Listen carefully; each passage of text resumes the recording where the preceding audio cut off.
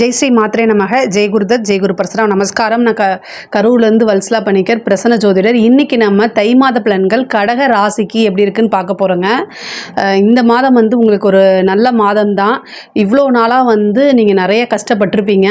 அஷ்டமத்து சனினால் நிறைய கஷ்டங்கள் இருக்குது உங்களுக்கு. ரொம்ப ரொம்ப ரொம்ப சொல்ல முடியாத அளவுக்கு துயரங்கள் இருந்திருக்கும். பட் ஆனாலும் இந்த மாதம் வந்து உங்களுக்கு ஒரு நல்ல மாதம் தான்.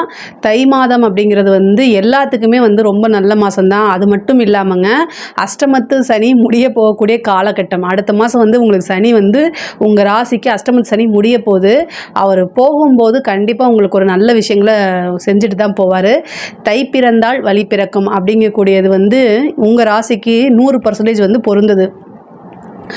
2 கூடைய சூரியன் வந்து 7ஆம் இடத்துல இருக்கார். இவ்வளோ நாளாக பொருளாதார ரீதியாக எவ்வளோ நெருக்கடிகள் இருந்துச்சோ அத்தனை நெருக்கடிக்குமே வந்து உங்களுக்கு இந்த மாதம் வந்து நிவர்த்தி தான். பொருளாதார ரீதியாக நீங்கள் ஒரு கமிட்மெண்ட் கொடுத்துருப்பீங்க. ஆனால் அந்த கமிட்மெண்ட்டை பூர்த்தி பண்ண முடியாமல், வெளியிலையும் சொல்ல முடியாமல், யார்கிட்டையும் ஷேரும் பண்ண முடியாமல் நிறைய விஷயங்கள் வந்து மனசுக்குள்ளேயே போட்டு ரொம்ப கஷ்டப்படுத்திட்டு இருப்பீங்க. ஆனால் அது எல்லாத்துக்குமே இந்த மாதங்கிறது நிவர்த்தியானது தான். அதேமாதிரி 11ஆம் இடத்துல உங்களுக்கு குரு இருக்கார். லாபஸ்தான அதிபதி வந்து உங்களுக்கு அஷ்டமத்தில் இருக்கிறாரு. அஷ்டமங்கும் போது ஒரு கெட்டவன் கிட்டிடும் ராஜயோகம்னு சொல்லுவாங்க. இந்த சனியோட போய் அது சேருது. பாதகாதிபதிங்கிறது வந்து சுக்கிரன் தான் உங்களுக்கு. ஆனால் நல்ல 4 கூடையவரும் அவர் தான். அதனால் வந்து என்னென்னா ஒரு திடீர்னு அதிர்ஷ்டம் கிடைக்கும் உங்களுக்கு. அது மட்டும் இல்லாமல் 12 கூடையவர் வந்து போய் மறைஞ்சிருக்காரு. மறைந்த புதன் நிறைந்த பலன்கள் அப்படின்னு சொல்கிற மாதிரி உங்களுடைய ராசிக்கு இந்த மாதம் வந்து தை மாதம் வந்து எல்லா கிரகங்களுமே நல்ல இடத்துல இருக்குது. அப்போ வந்து உங்களுக்கு நல்லது நடக்கிறதுக்கு உண்டான ஸ்டார்டிங் வந்து இந்த மாதம் அப்படின்னு வச்சுக்கோங்க. தை மாதத்தை பொறுத்த வரைக்கும் உங்களுக்கு நிறைய அதிர்ஷ்டம் அப்படிங்கிறது இருக்குது. இவ்வளோ நாளாக என்ன மனநிலையில் இருந்தீங்களோ அந்த மனநிலையை மட்டும் தயவு செய்து மாற்றுங்க. இனிமேல் நமக்கு நல்லா இருக்குன்னு ஃபஸ்ட்டு மைண்டில் கொண்டு வந்துடுங்க. இந்த தை மாதத்துலேருந்து அது உங்களுக்கு கண் கூட நடக்கும். அதை நீங்கள் நல்லா பார்ப்பீங்க. தொழில் ரீதியாக நிறைய மாற்றங்கள் இருக்குது. நல்ல இன்கம் வரக்கூடியது.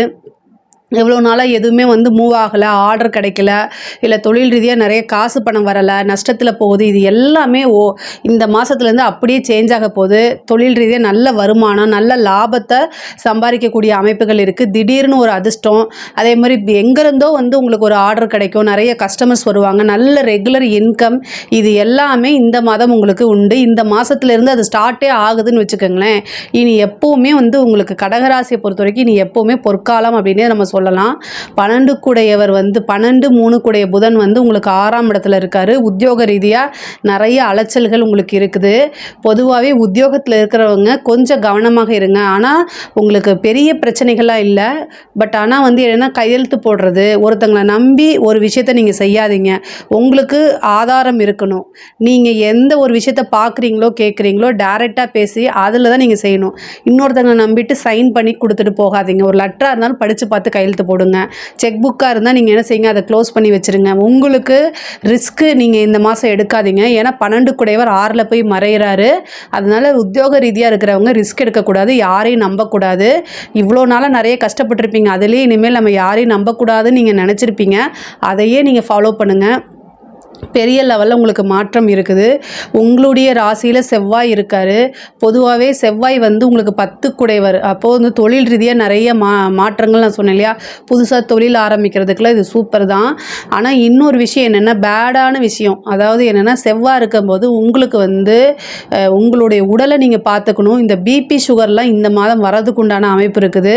பொதுவாக கோபம் அப்படிங்கிறது வந்து அதிகமாக வரும். ஏன்னா செவ்வாய் வந்து உங்களோட ராசியிலேயே நீச்சமாக இருக்கார். 5, 10 கூடையவர் நல்ல யோகத்தை கொடுக்கக்கூடியவர். பொருளாதார ரீதியாக சூப்பரான யோகத்தை கொடுக்குறாரு. ஆனால் உடல் ரீதியாக வந்து கோவத்தை அதிகப்படுத்துறது, அதனால பிளட் ப்ரெஷர் ஜாஸ்தி ஆகிறது, இந்த மாதிரி விஷயங்களை உங்களுக்கு கொடுத்துருவாரு. அதனால் ரொம்ப காமாக இருங்க.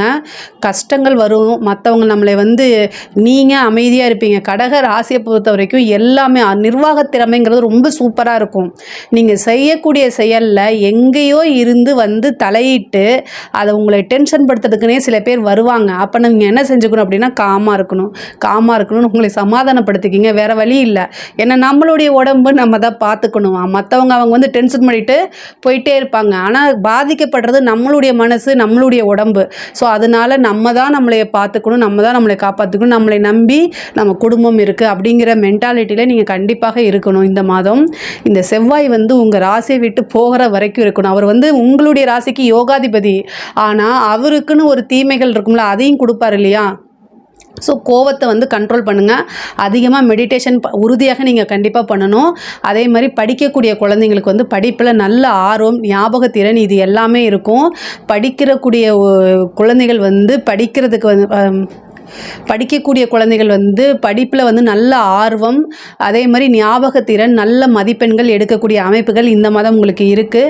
ஹயக்ரீவர் வழிபாடு, சரஸ்வதி வழிபாடு பண்ணுங்கள். அது இன்னும் உங்களுக்கு சிறப்பான பலன்களை கொடுக்கும். ஒரு சிலர் வந்து உயர்கல்வி படிக்கிறவங்க வந்து நல்ல பிளேஸ்மெண்ட் போகிறதுக்கு உண்டான வாய்ப்புகள் இருக்குது. உத்தியோகத்தில் இருக்கவங்களுக்கு ஒரு திடீர்னு ஒரு ப்ரொமோஷன் கிடைக்கிறதுக்கு வாய்ப்பு இருக்குது. கலைத்துறை சம்மந்தப்பட்டவங்க ரொம்ப கவனமாக இருக்கக்கூடிய மாதம் இது.